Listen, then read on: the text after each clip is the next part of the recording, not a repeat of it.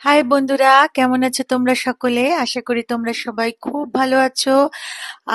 তো আবার অনেক দিন পর তোমাদের সামনে চলে এসেছি।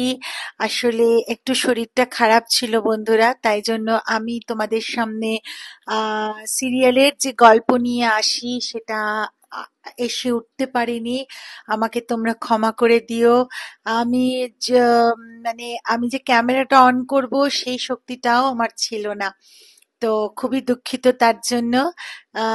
প্রথমেই আমি ক্ষমা চেয়ে নিলাম তোমাদের সকলের কাছে বন্ধুরা।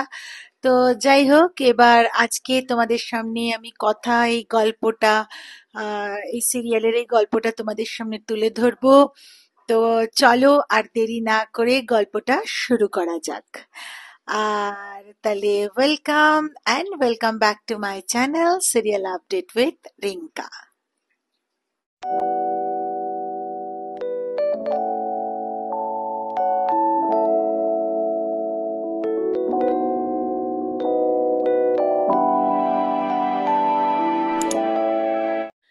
তো বন্ধুরা, আজকে আমরা গল্পটায় আমরা মানে সিরিয়ালে যে আমরা দেখতে পাই যে মানে কম্পিটিশনে জিতে কথা, অগ্নি এরা তো সবাই বাড়ি ফিরেছে, প্যাটি, অঙ্কি, জুনি, ঋতু সবাই বাড়ি ফিরেছে।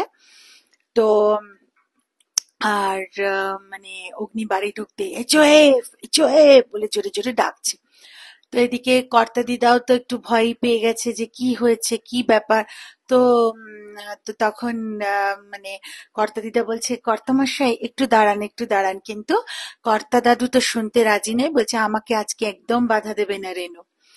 তো ঠিক আছে, তো কর্তা দাদু তো নিচে গেছে, রগ্নিকে বলছে আমাকে এরকম ভাবে জোরে জোরে কোনোদিন কেউ আজ অব্দি ডাকেনি, তুমি একটু নম্রভাবে কথা বলো।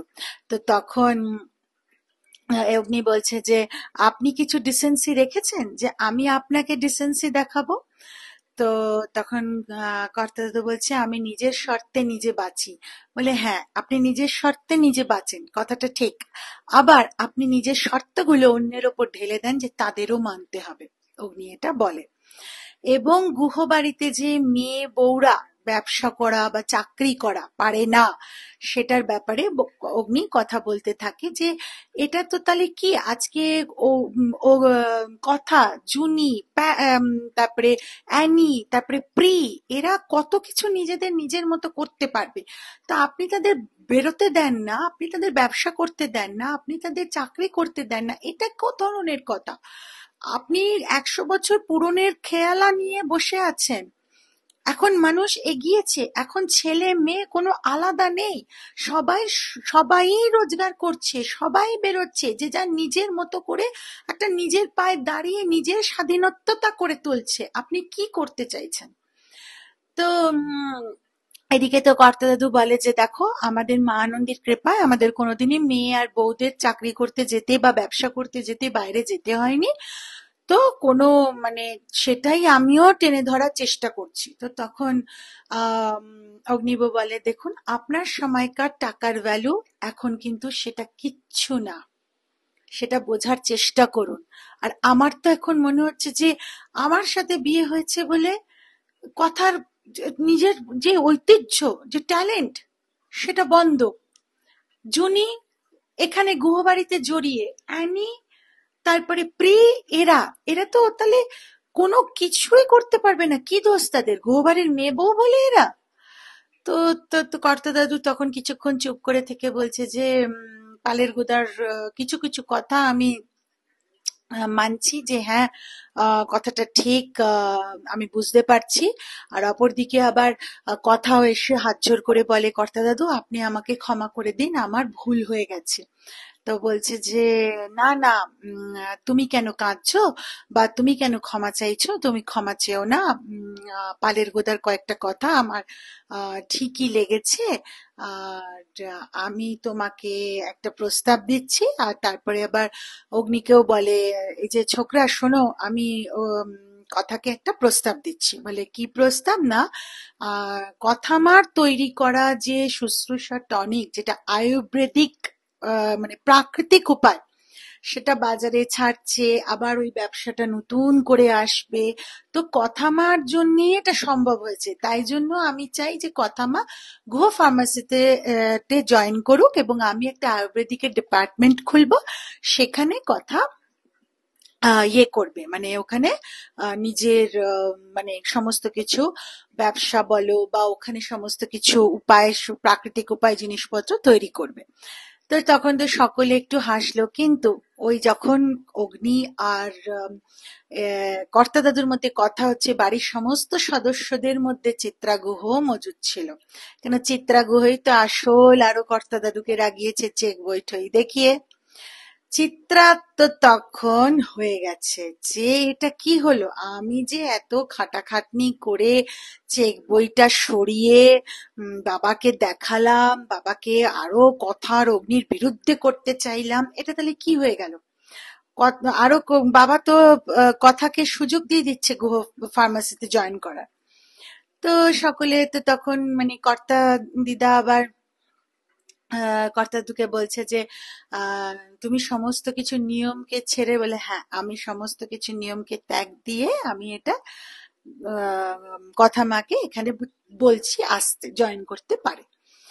কিন্তু অগ্নিব রাজি নয়। অগ্নিব সোজা বলে দিয়েছে যে আমি কিছুতেই কথাকে গুহ ফার্মাসিতে জয়েন করতে দেব না।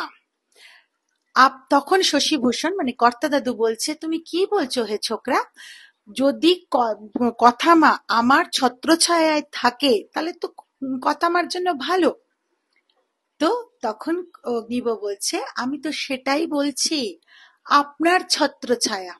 কথা নিজের ছাতা নিজে বানাবে। কথার এই যাত্রায় কথা অনেক ঠোকর খাবে, কথা ব্যথা পাবে, কথা কাঁদবে, কিন্তু অনেক লোকসানও হবে, কিন্তু কথা নিজেই নিজে ঘুরে দাঁড়িয়ে নিজেই নিজের পায়ে দাঁড়াবে, কারো ছত্র ছায়ায় নয়, নিজের চেষ্টায় নিজের ট্যালেন্টে কথা এটা করবে। আপনার মনে আছে, আপনি অনেকদিন আগে আমাকে জিজ্ঞেস করেছিলেন আমি কেন আপনাদের গুহ ফার্মেসিতে জয়েন করিনি। আজ আমি তার উত্তর দিচ্ছি। কারণ না, আমি নিজে শেফ হতে চাই, তাই আমার শেফের ট্যালেন্ট দিয়ে আমি শেফ হয়েছি, আমি আমার নিজের ব্যবসা করেছি। ঠিক সেরকম ভাবেই কথা এটা করবে।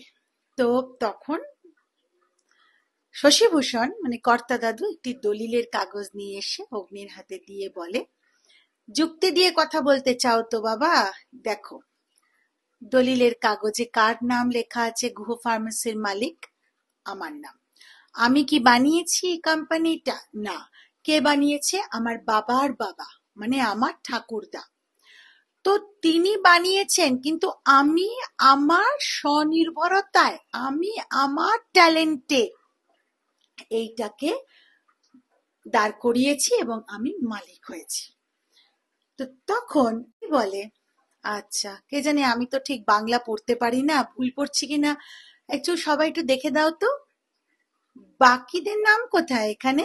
মিহির গুহ, তিমির গুহ, সমীর গুহ, এদের নাম কোথায়? এরাও তো এখানকার লোক, এরাও তো গুহ ফার্মেসির, এদের নাম কোথায়? কর্তা দাদু তখন আর কিছু বলতে পারে না, এবং তার সাথে এবি আবারও একই কথা বলে যে আপনার হয়তো ফার্মাসিউটিক্যালে যাওয়ার ইচ্ছা ছিল, আপনি গেছেন, তা বলে যে কথারও সেটা ইচ্ছা করবে, সেটা কে বলেছে? এদিকে কথার মা মানে অগ্নির মা তো কথাকে আর বিশেষ করে অগ্নিকে খুব করে বোঝায় যে দেখ দাদান সবকিছু নিয়মকে ছেড়ে রেখে যখন বলছে, এর বলে না, একদম না। ছোটকাও বোঝায় যে দেখ বড় বৌদি কিন্তু ঠিক কথা বলছে, বলে না ঠিক কথা বলছে না, কথা নিজের ব্যবসা নিজে করবে। তো তখন কর্তা দাদু বলল, না এদের বুঝিয়ে লাভ নেই, এরা বুঝবে না। তো সবাই চলে গেল। এভিও বলল, আপনাকেও বুঝিয়ে লাভ নেই। তো কথা তারপরে এবিকে বলে, পাচক মশাই আপনি কেন করতে দিতে চান না? তো এবি তখন বলে, দেখ তোর নিজের ট্যালেন্ট দিয়ে তুই নিজের মতো দাঁড়া, অনেক বাধা পাবি, অনেক ভাবে হোঁচট খাবি, অনেক তুই এসে কাঁদবি ঘরে, তুই অনেক কিছু তোর কষ্ট হবে, কিন্তু নিজে নিজের ঘুরে দাঁড়ানোর যে একটা বড় আনন্দ, সেটা নিজেই বুঝবি। তোর ট্যালেন্টে তুই নিজের ব্যবসা শুরু কর। আর শুধু তাই নয়, সেই সময় তুই আর কাউকে পাস না পাস, তুই আমাকে প্রত্যেকটা মুহূর্তে তোর সাথে পাবি। তো বন্ধুরা, এটাই ছিল আজকের গল্প। আশা করি তোমাদের ভালো লেগেছে আমার এই ভিডিওটা। যদি ভালো লেগে থাকে, লাইক, শেয়ার আর কমেন্ট করে দিও। আর চ্যানেলটা সাবস্ক্রাইব করতে ভুলো না। তোমাদের সামনে গল্প তুলে ধরছি, তোমরা কিছুতেই না আমার চ্যানেলটা সাবস্ক্রাইব করছো না। আমার কোথায় ভুল ত্রুটি হচ্ছে একটু কমেন্টে জানাও, যে না এইভাবে না, আমরা এইভাবে দেখতে চাই। তাহলে নিশ্চয়ই আমি যথাসাধ্য চেষ্টা করব সেইভাবে তুলে ধরতে। আবার যদি না পারি তুলে ধরতে, তাহলে আমি আমার তরফ থেকে যে হ্যাঁ এই জন্য আমি তুলে ধরতে পারছি না, সেটাও তোমাদের সামনে এসে বলবো। কিন্তু তোমরা যদি পাশে না থাকো, আমাকে যদি এন্থু না দাও, আমার চ্যানেলটা সাবস্ক্রাইব না করো, লাইক, শেয়ার বা কমেন্ট না করো, তাহলে আমি এন্থু পাই কি করে বলো? তোমাদের সামনে গল্প তুলে ধরছি, হ্যাঁ আমি মানছি আমি কিছুদিন দিইনি, কেন শরীরটা খুবই খারাপ ছিল গো। আমি মানে ক্যামেরা তুলে গল্পটা বলবো সেই অবস্থায় ছিলাম না। তো যাই হোক, আশা করি তোমরা নিশ্চয়ই আমার চ্যানেলটা সাবস্ক্রাইব করবে। তো চলো, দেখা হচ্ছে আবার পরবর্তী একটা ভিডিওতে। ততদিনের জন্য টাটা, বাই বাই। ভালো থেকো, সুখে থেকো, সাবধানে থেকো, সচেতন থেকো, সবাইকে ভালো রেখো। আবার দেখা হবে পরবর্তী আরেকটা ভিডিওতে। চলো গো, টাটা।